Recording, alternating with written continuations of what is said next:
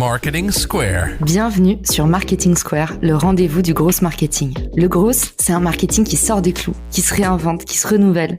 C'est aussi un mindset qui repose sur l'envie de se dépasser, de se détacher de ses opinions une bonne fois pour toutes et d'apprendre en continu. Si tu te reconnais dans cette description, que tu sois débutant ou expert, abonne-toi.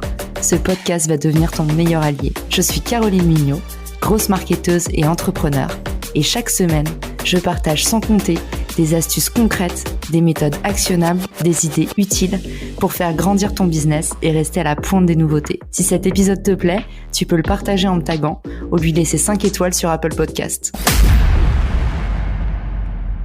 Bonjour à tous et bienvenue dans ce nouvel épisode de Marketing Square. Aujourd'hui, j'ai le plaisir de recevoir Myriam. Salut Myriam, bienvenue à toi. Salut Caroline, merci beaucoup pour ton invitation. On va voir aujourd'hui quelles sont les meilleures recettes de rédaction web.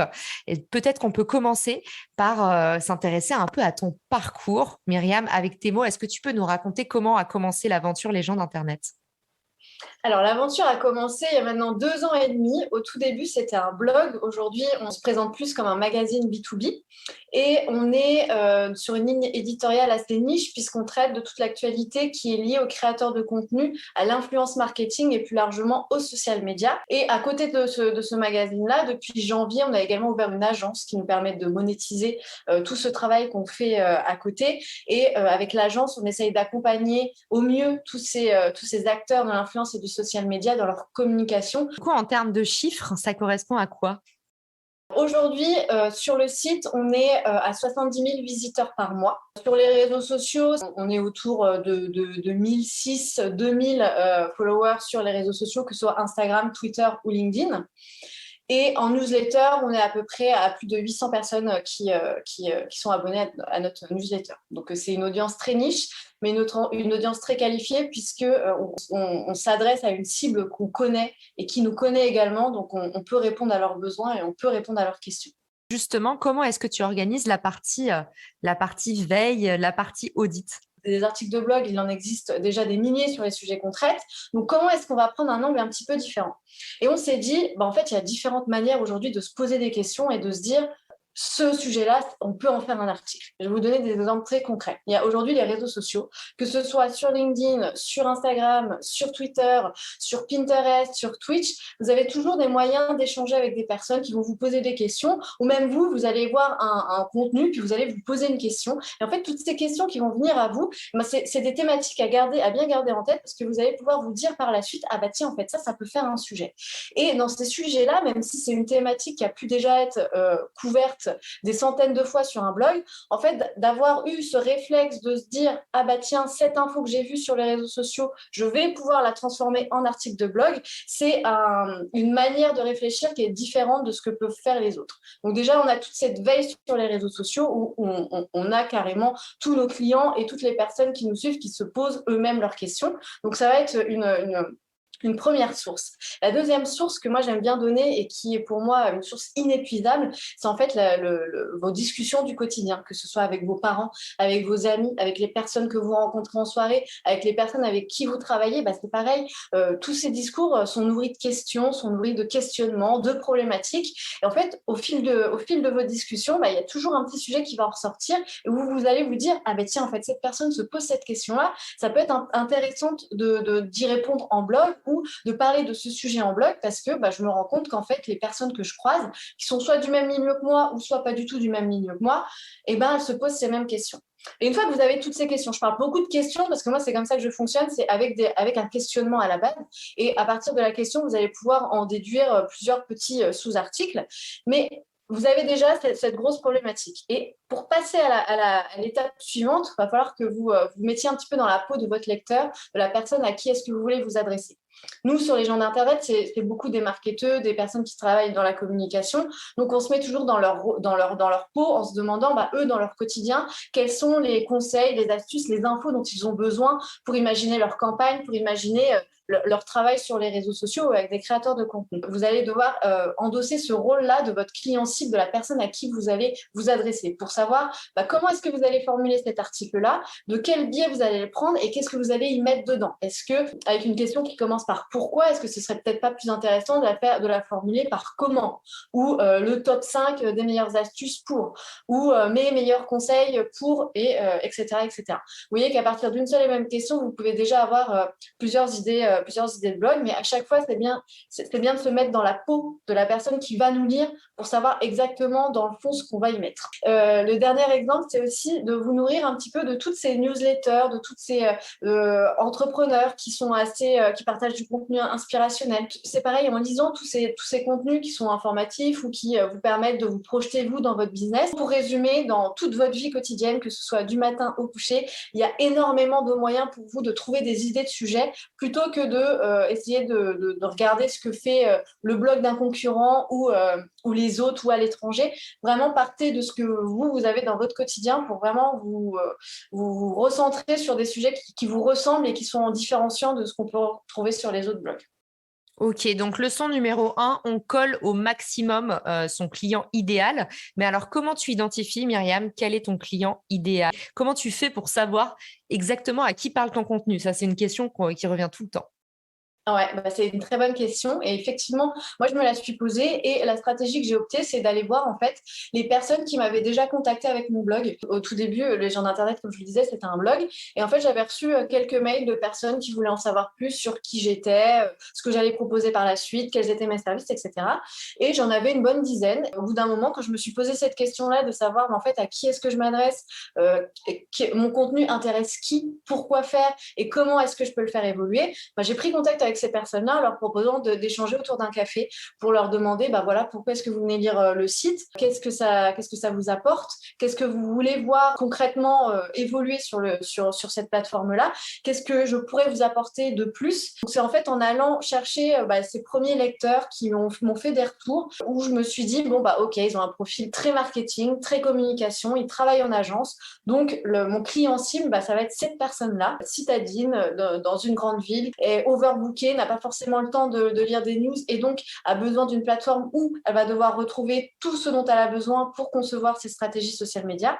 Et à partir de là, tu en déduis tes rubriques, tes sous-rubriques, tes angles d'angle, les plateformes sur lesquelles tu vas aller. Puisqu'à côté du blog, on a aussi les réseaux sociaux, mais on n'a pas tous les réseaux sociaux. Par exemple, tu vois, on a principalement LinkedIn, Twitter, parce que c'est sur ces réseaux sociaux-là que ces personnes-là communiquent, se rendent. Donc, pour les toucher davantage, on a pris la décision d'aller sur ces réseaux sociaux. Se rapprocher un peu de son cercle de hardcore fans, c'est-à-dire ceux qui ont suffisamment d'engagement pour venir te voir, ceux-là, c'est ceux qui éprouvent un peu la plus forte traction par rapport à ton produit, qu'on appelle dans le jargon un peu le cœur de cible.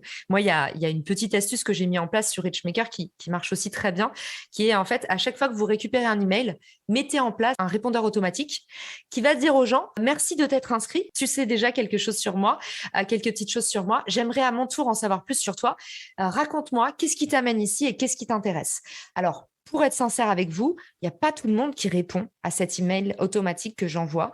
Mais en fait, le peu de personnes qui me répondent déclenche en fait cette audit un peu automatique. Pour ceux qui se lancent, qui n'ont pas encore un taux d'engagement monstre et qui débutent, c'est important d'aller chercher ces feedbacks-là. Et c'est une petite astuce actionnable qui peut vous permettre dès demain de commencer à récolter un petit peu de data. En tout cas, très, très bon conseil, Myriam, que tu nous as donné. Maintenant, sur la partie création de contenu, on veut tout savoir. Comment est-ce que toi, tu crées de l'engagement naturellement? C'est quoi tes meilleures astuces de rédactrice web? Alors, les astuces, ne prenez pas peur, c'est vraiment des petites astuces à avoir en tête et au fil du temps, vous allez avoir ce réflexe-là. Donc, comme je vous le disais tout à l'heure, vous partez avec une idée de sujet, vous souhaitez l'adapter à votre cible. Donc, dans un premier temps, généralement, ce que je fais, c'est je prends un brouillon, donc c'est généralement la page d'article de mon blog, et je mets toutes les idées qui me viennent sur ce sujet-là pour construire un petit peu mon analyse et la manière dont je vais écrire l'article. Donc, je ne fais pas des recherches tout de suite sur Google où je fais aucune recherche, c'est vraiment je pars moi de mon expérience, de ce que j'ai appris pour pouvoir un petit peu écrire le fil de mon analyse. Une fois que tout ça est fait, donc je mets bien en page, je commence à écrire et si j'ai besoin de faire des recherches, je les fais ensuite. Pourquoi est-ce que tout de suite je ne fais pas les recherches sur Google? C'est pour éviter de m'inspirer de ce qui a déjà été fait.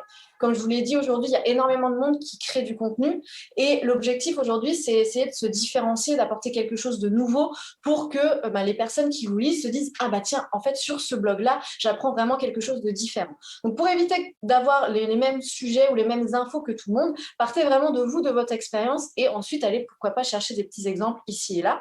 Mais ne nourrissez pas tout votre article à partir de sujets que vous avez pu glaner sur d'autres sites. Vraiment, partez de vous. Vous êtes expert dans votre domaine, donc vous avez énormément de choses à dire. À partir de là, vous écrivez. Donc, le corps du texte, évidemment, il faut que ce soit aéré, il faut qu'il y ait des images, il faut qu'il y ait de la vidéo, il faut qu'il y ait des intertitres, il faut que ce soit écrit pour Google, donc réfléchir aux mots-clés, sur quels mots-clés on veut se positionner, etc. Et une fois que tout est écrit, en fait, vous êtes loin d'avoir terminé parce qu'il y a tout l'aspect qui va englober l'article, à commencer par le titre. Comme je vous l'ai dit tout à l'heure, vous avez trouvé un angle, c'est-à-dire pourquoi est-ce que j'ai besoin d'un outil pour gérer ma veille sur les réseaux sociaux, par exemple. Ça, c'est le sujet, la thématique sur laquelle vous avez écrit. Mais est-ce que ce titre va inciter la personne, la cible à qui vous vous adressez, va lui donner envie de cliquer sur votre article? Est-ce que c'est quelque chose qui va être assez incitatif, assez mystérieux? Est-ce qu'elle va se dire « Ah bah tiens, en cliquant sur cet article, je vais vraiment trouver des informations que j'ai pas ailleurs ?» Donc, il y a tout un travail de titre à aller chercher ou peut-être de le faire sous forme de questions ou de le faire sous forme de mes 5 conseils pour ou top 5 ou voilà, il y a énormément d'astuces pour essayer de faire en sorte que les gens s'intéressent à votre article. Une fois que le titre est trouvé, il va falloir que vous trouviez, pardon pour la répétition, une image qui va accompagner ce que vous venez d'écrire. Et ça aussi, c'est une porte d'entrée assez importante pour votre article de blog, parce que généralement, c'est l'image qui va se retrouver sur vos réseaux sociaux quand vous allez partager le lien de votre article. Donc, cette image, elle va donner envie de cliquer. C'est pareil, vous avez des personnes qui scrollent énormément sur les réseaux sociaux, qui ne prennent pas le temps de lire, et en fait, leur regard va s'accrocher sur l'image. Donc, moi, l'image, j'essaie toujours d'avoir une personne qui est assez souriante sur cette image-là, parce que mine de rien, ça va donner envie à la personne de peut-être arrêter de scroller et de regarder et de se dire « Ah bah tiens, qui est cette personne qui est en train de me sourire sur les réseaux sociaux ?» Et là, elle va ensuite lire le titre et peut-être cliquer. Donc l'image, il faut qu'il y ait un visage souriant et il faut que ce soit aussi assez coloré parce que sur les réseaux sociaux, pareil, notre œil est attiré par quelque chose de très coloré. Donc il faut que ce soit coloré, il faut que ça donne envie. À partir de ces éléments-là, normalement, vous avez tout bon, vous avez un article, un sujet qui est différenciant, avec des informations qu'on ne peut pas trouver ailleurs. Et la petite astuce que moi j'aime bien donner aussi, c'est que dans le corps du texte, n'hésitez pas à aller questionner vos clients pour aller leur poser des questions sur eux, la manière dont ils utilisent leur outil, ou est-ce qu'ils n'auraient pas un petit conseil à apporter pour le sujet que vous venez de traiter. L'idée, c'est que vous insériez un petit peu leur citation dans cet article-là, et eux, vu qu'ils vont être cités, ça va leur donner envie de partager sur leurs réseaux sociaux l'article. Parce qu'une fois que l'article est publié, l'idée, c'est de le partager également sur les réseaux sociaux. C'est une des meilleures portes d'entrée, si je peux parler comme ça, qui fonctionne pour se faire connaître aujourd'hui, c'est de savoir partager et décliner son article de blog sur les réseaux sociaux. Donc, une fois que l'article est écrit, il va falloir que vous pensiez à « Ok, j'ai toutes ces informations-là, mais comment est-ce que je vais les décliner sur les réseaux sociaux? Est-ce que je vais parler de la même manière sur LinkedIn que sur Instagram ?» La réponse est non, je vous le dis direct. Donc, sur LinkedIn, quelle est l'accroche que je vais trouver pour faire en sorte que les personnes qui me suivent vont avoir envie de cliquer sur ce lien-là? Sur Instagram, ça va être plus dans le visuel. Donc, est-ce que je ne mets pas en avant la citation d'un de mes clients qui est assez parlante pour le sujet dont je suis en train de parler? Est-ce que ça ne va pas être ça ma porte d'entrée sur Instagram pour donner envie aux personnes d'aller sur mon blog et d'aller cliquer sur l'article que je viens d'écrire? Donc voilà, il y a énormément de choses à penser quand on écrit un article et je vais résumer bien évidemment ces différentes étapes. La première, c'est évidemment de trouver le sujet, mais de l'angler, c'est-à-dire que de ne pas trouver un sujet hyper vaste. C'est vraiment d'aller sur un point essentiel du sujet et de décliner à chaque fois en article chacune de vos idées. Comme ça vous fait du contenu pour plusieurs semaines. La phase 2, c'est de l'écrire, forcément. La phase 3, c'est de passer à tout ce que j'appelle l'habillage, donc le titre, la photo et évidemment tout l'aspect SEO. La 4e étape, ça va être de réfléchir à la manière dont vous allez pouvoir le décliner sur les réseaux sociaux. Et la 5e étape, ça va être de le partager. Ok, nickel. Hyper clair, Myriam. Il faut absolument que tu boives une gorgée d'eau. Je sais pas comment tu fais, mais waouh! Enfin, franchement, tu es en très grande forme. Pour ceux C'est qui nous vrai? écoutent, il est Avec 18h16 et j'ai l'impression que Myriam pète la forme. Là, je pense que tu vas direct en boîte de nuit. Je ne vois que ça, juste après l'épisode. En tout cas, merci beaucoup pour ce peps. Et du coup, à un moment, tu as parlé des mots-clés. Et moi, je pense qu'il faut quand même qu'on fasse un petit aparté là-dessus parce que c'est une question qui revient souvent.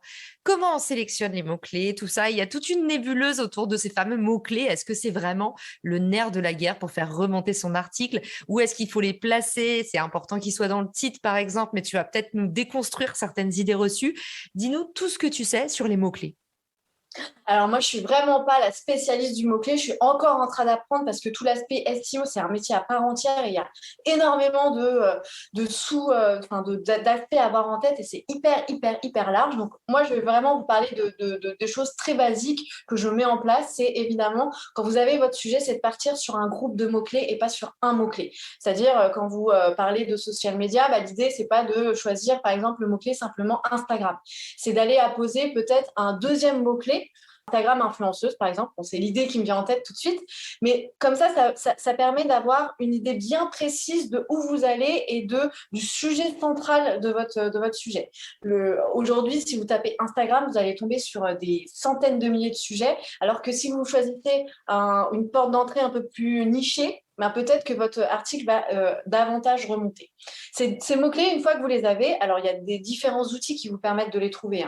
Il y a évidemment Google Trends, d'autres outils que j'oublie. Voilà. J'aime beaucoup Uber Suggest.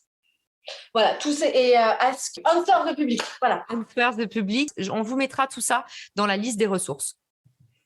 Exactement. Merci Caroline pour ton aide. Et donc, tous ces sites vont vous permettre d'avoir ces mots-clés et de comprendre un petit peu mieux comment est-ce que vous allez pouvoir les traiter. Est-ce qu'il y a des questions récurrentes qu'il faudra mettre en intertitre? Est-ce qu'il y a des aspects du sujet qu'il va falloir absolument traiter parce que c'est un questionnement qui revient régulièrement sur Google, etc. Donc, tous ces outils vont vous permettre d'y voir un petit peu plus clair sur où est-ce que vous allez. Après, il y a évidemment des outils payants que moi, je n'utilise pas qui, en tapant, en copiant-collant votre article, vont vous donner les mots-clés à voir apparaître, etc. Ça, c'est des outils que je n'utilise pas, mais je sais que d'autres rédacteurs, eux, le font. Ça leur permet de gagner pas mal de temps.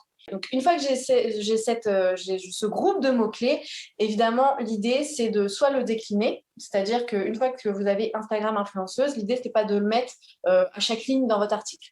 L'idée, c'est de le décliner en sous-mots-clés, si je peux appeler ça, c'est-à-dire qu'à partir d'Instagram influenceuse, vous allez peut-être pouvoir décliner en réseau social Facebook, créatrice de contenu France Instagram, ou voilà, vraiment des sous-mots-clés que vous allez pouvoir intégrer dans votre article. Les mots-clés principaux doivent forcément apparaître dans le titre et dans le chapeau, c'est-à-dire dès les premières lignes de votre article.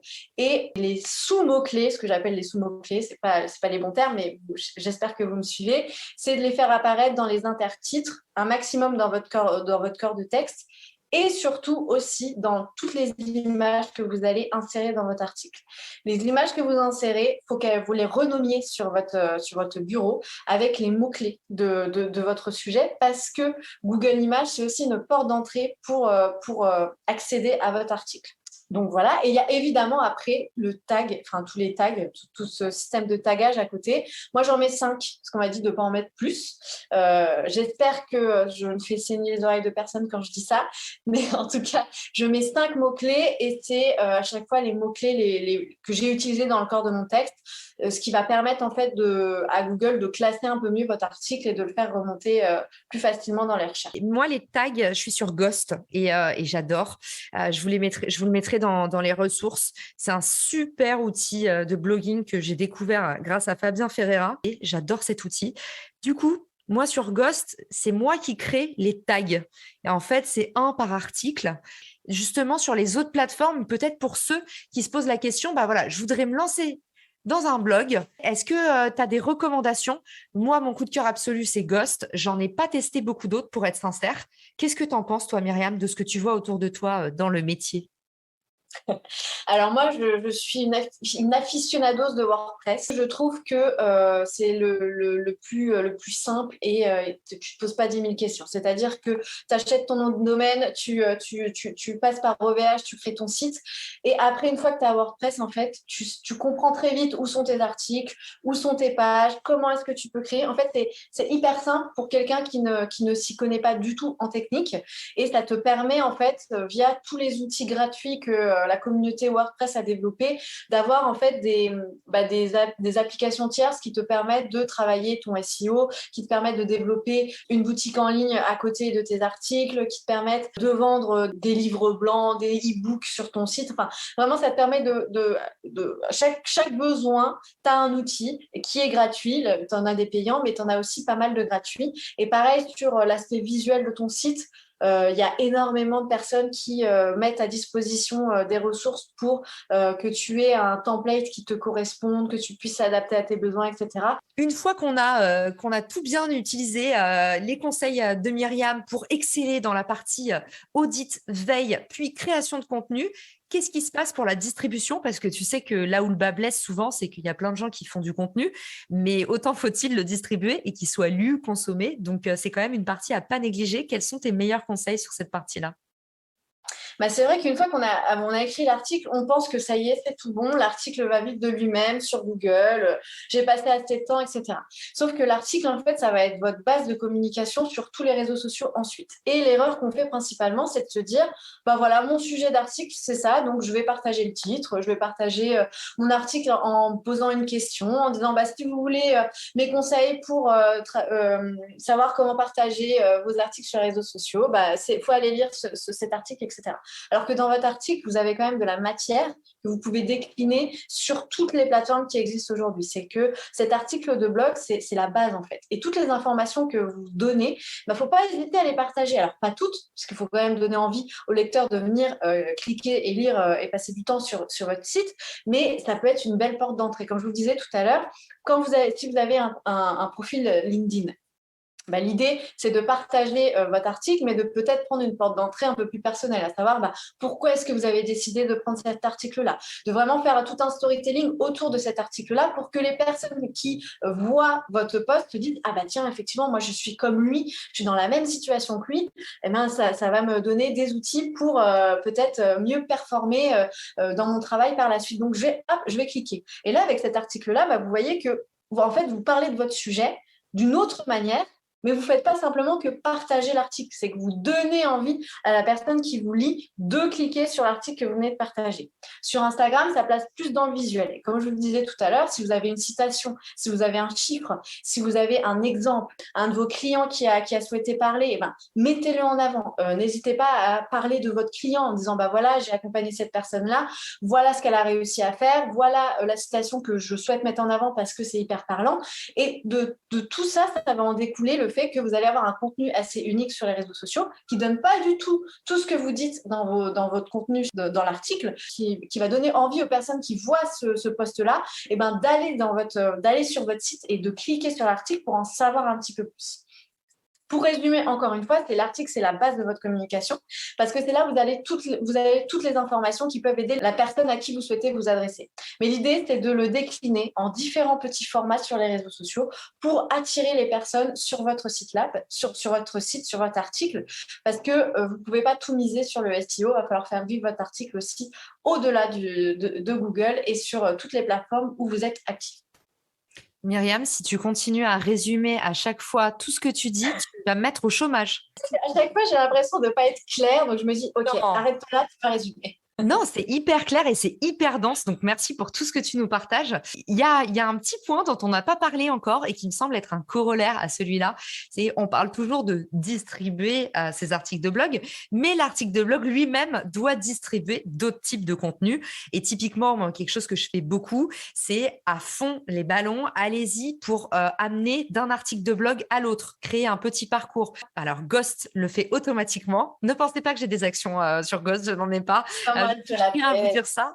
Mais pour le coup, j'adore Myriam parce que par exemple, sur Ghost, avant, je m'embêtais à faire des liens d'un article à l'autre. Et du coup, je mettais en footer, donc en footer tout en bas de mon article, j'indiquais, bah voilà, si vous vous intéressez à cette thématique, voilà où aller pour aller plus loin. Sachez que Ghost, automatiquement, a un algorithme, on adore, où lui, il se dit, OK, en proportion, les gens après cet article, ils vont là.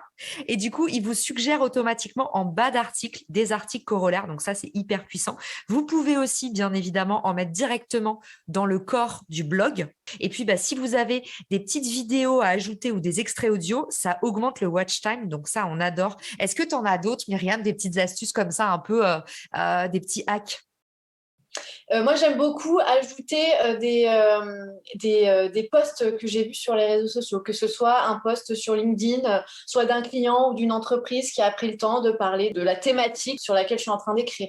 Pareil pour les posts Instagram, surtout quand c'est des carousels. Comme tu l'as dit, ça augmente le temps passé sur l'article. Donc, en fait, la personne, elle va passer plus de temps à cliquer, à faire défiler le carrousel, mais elle va être présente sur votre article. Évidemment, les vidéos YouTube, ça, forcément, si vous en avez dans votre thématique, que ce soit une personne qui a pris la parole sur votre sujet en conférence, que ce soit un créateur de contenu qui a fait toute une enquête dessus. N'hésitez pas à inciter la personne à regarder la vidéo pour, encore une fois, qu'elle passe un peu plus de temps sur votre article, mais surtout qu'elle voit que vous avez été chercher différentes ressources, qu'elle se rende compte que votre article est hyper complet et qu'elle se dise « Ah ok, donc si la prochaine fois je me pose une question à ce sujet-là, je vais revenir sur ce blog-là parce que franchement, il y a de la ressource, en veux-tu, en voilà. » Il y a évidemment des petits gifs, des petites photos pour faire en sorte que l'œil reste accroché et donne envie de lire la suite.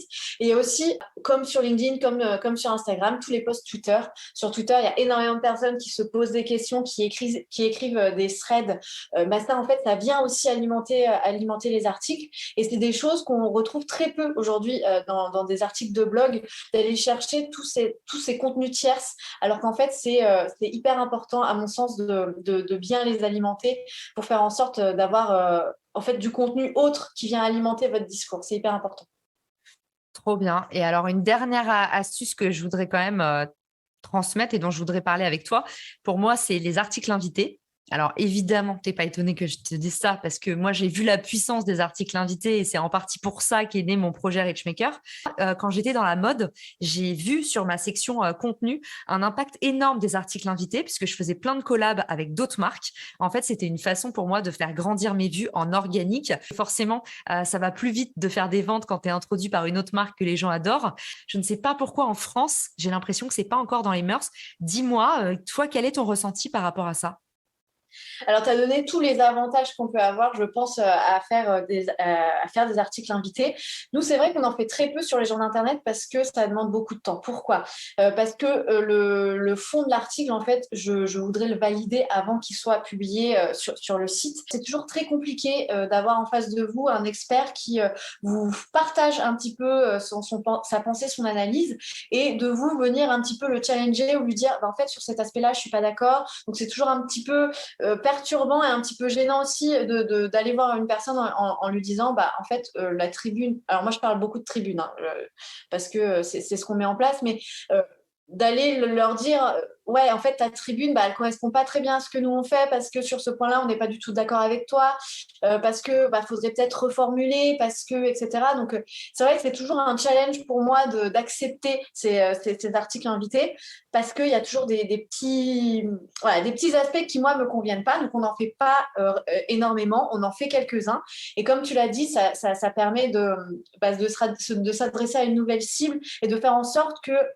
le blog soit connu par d'autres personnes. Et généralement, quand c'est un expert qui est quand même hyper connu alors nous, c'est dans le domaine du social media, mais quand c'est quelqu'un qui s'y connaît vraiment énormément, on voit tout de suite l'impact de l'article, c'est-à-dire qu'il est davantage partagé. Il y a énormément de personnes qui viennent le lire. Il se retrouve dans des newsletters d'autres sites ou d'autres experts, alors qu'on n'avait jamais été cité dans ces newsletters-là. Il peut être également cité dans d'autres articles parce que c'est une tribune, c'est-à-dire que c'est la personne qui l'a signé, donc c'est comme si la personne qui est en train d'écrire, qui partage son analyse, avait parlé lors d'un talk. Donc, vous savez, quand il y a des talks, ça tweet à tout va. On recite dans les articles. Et bien là, ça fait exactement la même chose, sauf que vous gagnez un petit lien sur votre site parce que on vous renvoie à à cet article-là. Donc, il y a énormément d'avantages, mais il y a aussi un fâcheux désavantage pour moi, c'est que sur la partie fond, tu ne peux pas toujours être d'accord avec ce que la personne partage. Et c'est là où, encore aujourd'hui, on a un petit peu du mal à se positionner. Ouais, c'est pour ça qu'il faut que ce soit des contenus qui soient vraiment très facilement templatés. Alors, désolé pour cet anglicisme, mais l'idée, c'est que vous en fassiez un modèle. Et du coup, typiquement, ce qui cartonne le plus, moi, je le vois, c'est les formats interview. Et c'est typiquement, si vous faites un site comme le Lab de l'Endo qui sont chez nous, si vous faites un site, une marketplace qui parle d'endométriose, allez envoyer des interviews qui sont toutes les mêmes à des professionnels du secteur. Parce que comme ça, le biais d'autorité est hyper fort. Les personnes vont en plus repartager, en plus de vous fournir un contenu qui ne sera disponible nulle part ailleurs. Donc, ça peut vraiment valoir le coup. Mais effectivement, donnez des instructions au maximum, sinon ça va partir dans tous les sens et vous allez perdre du temps au lieu d'en gagner. En tout cas, merci beaucoup Myriam pour tous les conseils que tu nous as donnés. Où est-ce qu'on peut te retrouver pour ceux qui voudraient t'écrire, avoir plus d'informations sur toi ou tout simplement garder contact? Alors évidemment, vous avez le site Les Gens d'Internet. Donc c'est Gens d'Internet, GENSDINTERNET. J'ai pris le temps de bien épeler parce que les gens me disent légende, comme une légende. Non, Les Gens d'Internet. Et on n'a pas du tout pensé à ce jeu de mots, mais voilà, c'est comme ça qu'on le prend, donc qu'on l'entend. Donc je pense que Caroline vous mettra le lien sous le contenu, ça sera beaucoup plus facile. Sinon, évidemment, sur les réseaux sociaux, c'est moi qui gère le compte Instagram Les Gens d'Internet. Donc, ça s'appelle Les Gens d'Internet. Donc, n'hésitez pas à venir me parler. Et aussi sur LinkedIn, c'est Myriam LGI. Trop bien. Eh bien, merci beaucoup, Myriam. Et je vous dis à tous, à très vite. Si t'as écouté jusqu'ici, c'est certainement que cet épisode t'a plu. Ce podcast est rendu possible par Richmaker, le Tinder du B2B comme on l'appelle. C'est une plateforme que j'ai lancée et qui permet d'identifier des partenaires compatibles en fonction de ton business. En gros, dis-moi quels sont tes objectifs marketing et je te dirai qui va t'aider à les dépasser au sein de ton écosystème. Pourquoi aller chercher ses clients un par un quand on peut placer sa croissance en pilote automatique ? Mettre en commun ses ressources, décupler son impact, mutualiser ses coûts. Après 10 ans à travailler en marketing entre New York et Paris, je me suis rendu compte que la pub était devenue un réflexe tristement automatique. Pourquoi est-ce qu'on baserait notre croissance sur des modèles qui nous placent en compétition les uns contre les autres ? Et toujours au profit des mêmes acteurs. Le vivant, qui est quand même notre ancêtre de plusieurs milliards d'années, nous enseigne que ceux qui prospèrent sont pas les plus forts, ce sont ceux qui collaborent le plus. Et si c'était pareil dans le business ? Pour découvrir l'immense pouvoir du co-marketing, j'offre des contenus que tu trouveras nulle part ailleurs sur richmaker.com, onglet Académie. Plus d'excuses, passe à l'action et à très vite sur Marketing Square, le podcast du gros marketing. Marketing Square.